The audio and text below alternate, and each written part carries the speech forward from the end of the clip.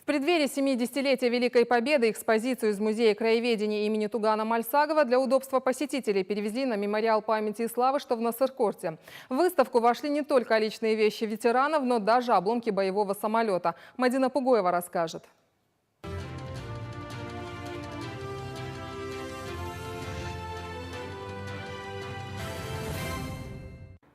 Когда к горлу подкатывает комок и тяжело сдержать слезы, Марета Мазиева вспоминает последние наставления отца. Во что бы то ни стало, не опускать голову и быть сильной, такой, какими были ее бабушка и дедушка. Амаза Мазиева она никогда и не видела. Знает лишь то, что дед пропал без вести во время Великой Отечественной. Проехав почти 100 километров от Грозного до Нассер-Корта, девушка продолжила поиски информации о ветеране в мемориальном комплексе жертвам репрессий.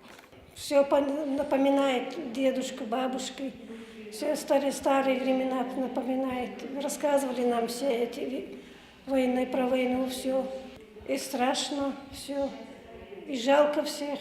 Экспонаты времен Великой Отечественной оказались здесь не случайно. В преддверии празднования 70-летия Великой Победы Минкультуры Ингушетии решила перевести экспозицию из Музея краеведения имени Тугана Мальсагова на мемориал памяти и славы, создав таким образом дополнительные удобства для посетителей и туристов. Последних здесь немало. Выставка еще не успела открыться, а иностранные гости уже с удовольствием рассматривают картины и мундиры ветеранов, украшенные десятками медалей. Поскольку туристы из Кореи одинаково плохо владеют и русским, и английским, экскурсоводам пришлось объясняться с гостями на языке жестов. Впрочем, в ожидании притока иностранных туристов музейным работникам было бы полезно усовершенствовать и свой разговорный английский.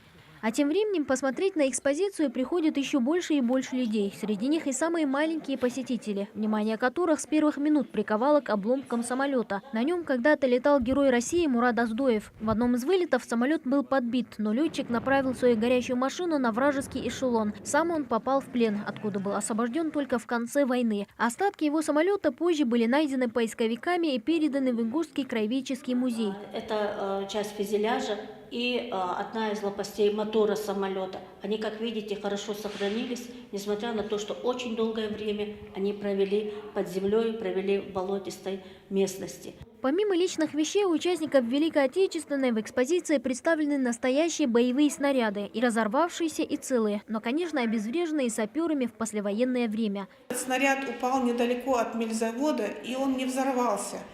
И долгое время не знали о его нахождении, и уже после войны, во время строительства или очистительных работ, в земле найден был этот снаряд, и были вызваны саперы, обезврежены, а этот снаряд попал к нам в музей. Хорошо сохранился репродуктор военного времени, или, как его назвали в народе, говорящая тарелка. В 40-х годах он был, пожалуй, самым популярным средством массовой информации. Именно по радио люди и получали свежие сводки с фронта. От Советского информбюро.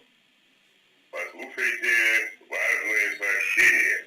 Особое место среди музейных экспонатов занимает пулемет «Максим». На войне солдаты перемещали его с помощью колесного станка, который одновременно использовался как станок для стрельбы. Также для посетителей выставки здесь доступны настоящие письма с фронта. Те, кто хорошо владел грамотой, писали их своим родным на своем же родном языке. Мадина Пугоева, Рамазан Зурабов, Новости 24.